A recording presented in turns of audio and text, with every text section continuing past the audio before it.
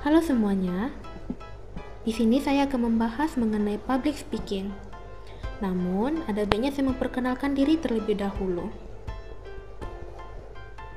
Perkenalkan, nama saya Farisya Ardana Hilman Abdul Latif.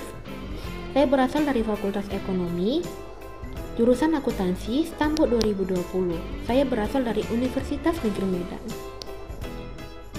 Adapun materi yang akan saya bahas, yang pertama, apa itu public speaking?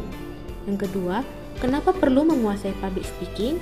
Yang ketiga, apa tujuan dari public speaking? Yang keempat, apa saja metode yang digunakan dalam public speaking? Yang kelima, tips belajar public speaking agar cepat lancar. Dan yang keenam, contoh materi public speaking yang menarik.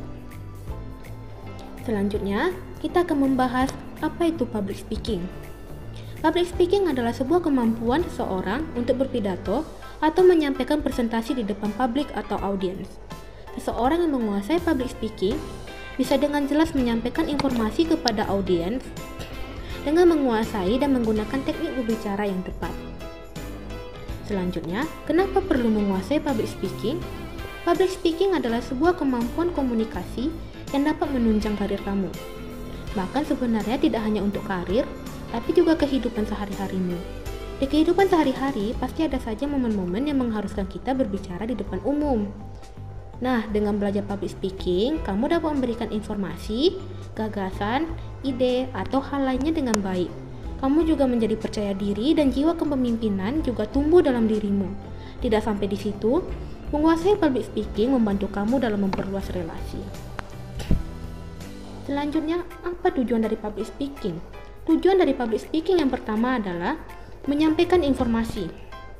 Informasi yang disampaikan di sini juga beragam, seperti kebijakan, program, proyek, pemikiran, instruksi, hasil penelitian, dan lain sebagainya. Yang kedua, mempengaruhi orang lain. Public speaking juga banyak diterapkan untuk tujuan mempengaruhi orang lain dalam berpikir dan bertindak.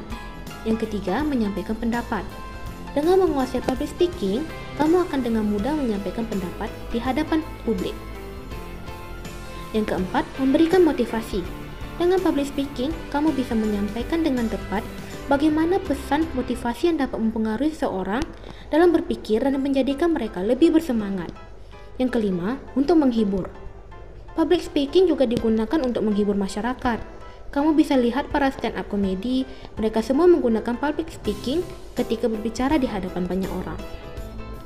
Selanjutnya, metode public speaking. Ada 4 metode yang digunakan dalam public speaking. Yang pertama, impromptu style. Pidato yang disampaikan pada metode ini seringkali diberikan dengan sedikit persiapan atau tanpa pemberitahuan sama sekali. Yang kedua, memorize style.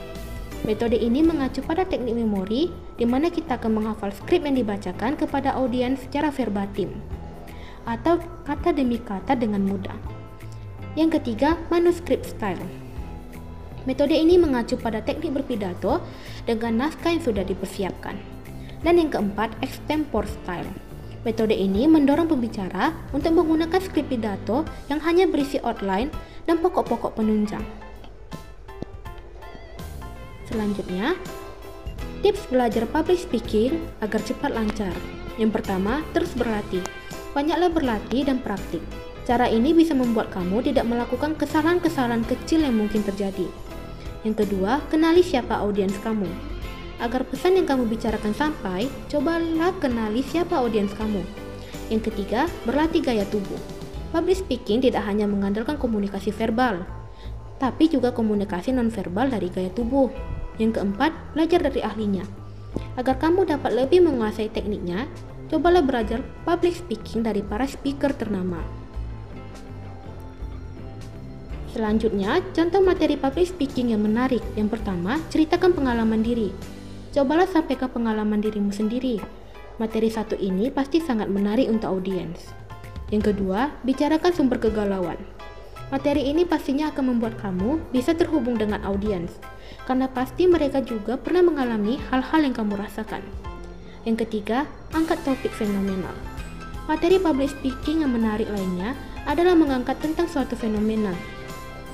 Kamu bisa mendapatkan datanya dari koran, jurnal, atau sumber terpercaya lainnya.